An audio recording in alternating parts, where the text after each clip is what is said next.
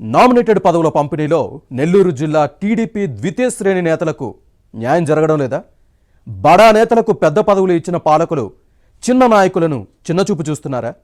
సాగునీటి సంఘాల ఎన్నికల్లో వైసీపీ నుంచి వచ్చిన వారికే ఎమ్మెల్యేలు ప్రాధాన్యత ఇచ్చారనే విమర్శలు ఎందుకు వస్తున్నాయి? ప్రభుత్వ పెద్దలతో పాటు శాసనసభ్యుల తీరుపై క్యాడర్లో అసంతృప్తి వ్యక్తమవుతోందా? Let us watch this inside story.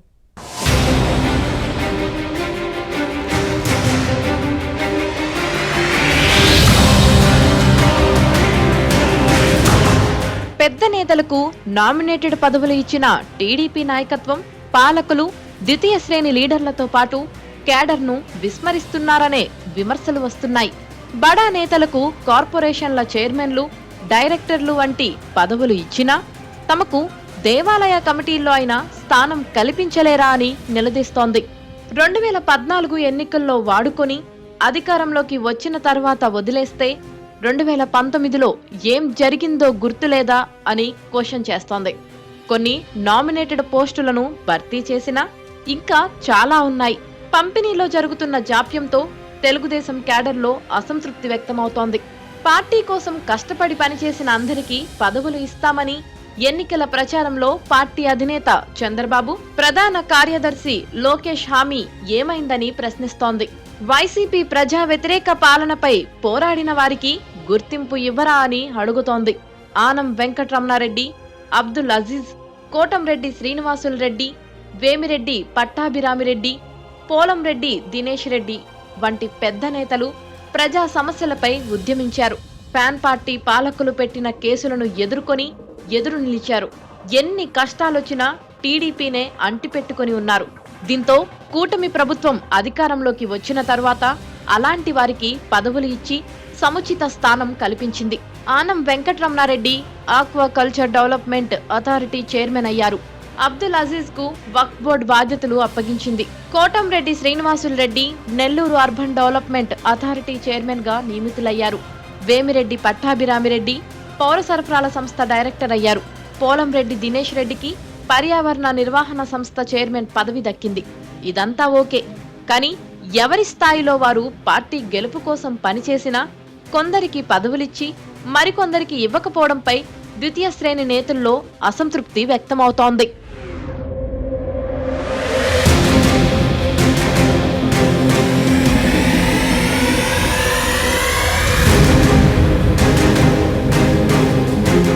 గత ఎన్నికల్లో కూటమిని అధికారంలోకి తీసుకురావడంలో నేతలతో పాటు క్యాడర్ తమ వంతు కృషి చేశారు. వైసీపీ ఆగడాలను ధీటుగా ఎదుర్కొన్నారు. పోలింగ్లో అక్రమాలు చేయాలనుకున్న ఫ్యాన్ పార్టీ నేతల కుట్రలకు చెక్ పెట్టారు. పార్టీ కోసం పనిచేసిన ప్రతి కార్యకర్తను కాపాడుకుంటామని, అందరికీ న్యాయం చేస్తామని ఎన్నికల ప్రచారంలో టీడీపీ అధినేత చంద్రబాబు, పార్టీ ప్రధాన కార్యదర్శి లోకేష్ హామీ ఇచ్చిన విషయాన్ని పార్టీ నేతలు గుర్తు చేస్తున్నారు. కానీ పార్టీ కోసం పనిచేసిన చాలా మందికి న్యాయం జరగలేదు. 2019లో వైసీపీ అధికారంలోకి వచ్చిన వెంటనే ఆలయాల కమిటీలను నియమించింది. నేతలు, కార్యకర్తలకు పదవులు ఇచ్చింది. అయితే కూటమి ప్రభుత్వం అధికారంలోకి వచ్చి 6 నెలలు గడిచినా ఆలయాల ట్రస్ట్ బోర్డులను వేయలేదు. టెంపుల్ కమిటీలను నియమిస్తే చాలా మందికి పదవులు వస్తాయి. కానీ ప్రభుత్వం ఎందుకు జాప్యం చేస్తోందో అర్థం కావడం లేదన్న ఆవేదన టీడీపీ శ్రేణుల్లో కనిపిస్తోంది.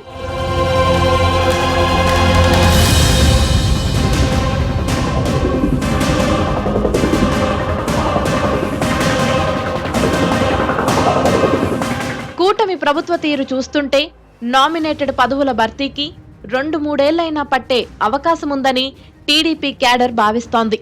2014లో తెలుగుదేశం అధికారంలోకి వచ్చినప్పుడు కూడా ఇలానే చేసిన విషయాన్ని గుర్తు చేస్తోంది. 2019 ఎన్నికలకు నెల ముందు వరకు కూడా పదవులు ఇవ్వలేదు.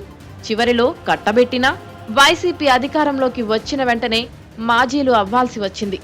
ఈసారి కూడా అదే తీరు కొనసాగే అవకాశముందంటూ టీడీపీ క్యాడర్ ప్రభుత్వంపై ఆగ్రహం వ్యక్తం చేస్తోంది.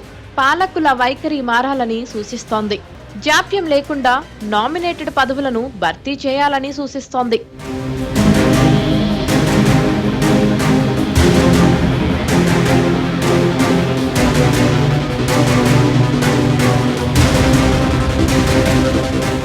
మరోవైపు ఇటీవల జరిగిన సాగునీటి సంఘాల ఎన్నికల్లో కూటమి విజయం సాధించింది.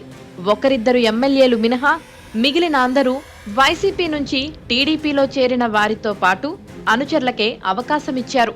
దీంతో మొదటి నుంచి పార్టీ కోసం కష్టపడుతున్న వారికి అన్యాయం జరిగిందనే విమర్శలు వచ్చాయి.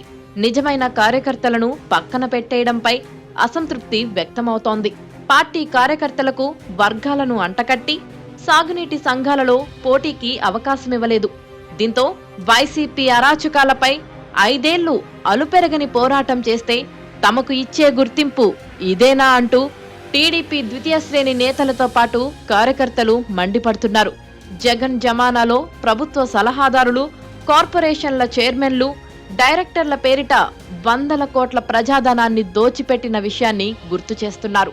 ఇప్పుడు అలా చేయమని తాము అడగడం లేదని చెబుతున్నారు. న్యాయబద్ధంగా ఉండే పదవులని వెంటనే ఇవ్వచ్చు కదా అని టీడీపీ అధినాయకత్వాన్ని క్యాడర్ ప్రశ్నిస్తోంది.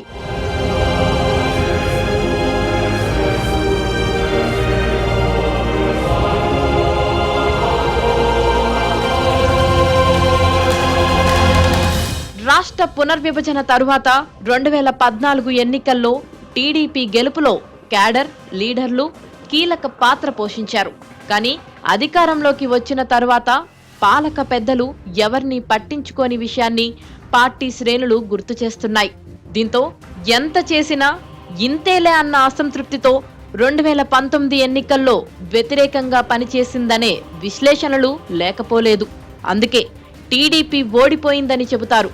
ప్రజలతో పాటు సైకిల్ పార్టీ క్యాడర్ వ్యతిరేకంగా మారడంతో వైసీపీ గెలిచింది. 5 ఏళ్లు ఫ్యాన్ పార్టీ అరాచకాలకు వ్యతిరేకంగా ప్రాణాలకు తెగించి పోరాడటంతో గత ఎన్నికల్లో కూటమి అధికారంలోకి వచ్చిందని గుర్తు చేస్తున్నారు.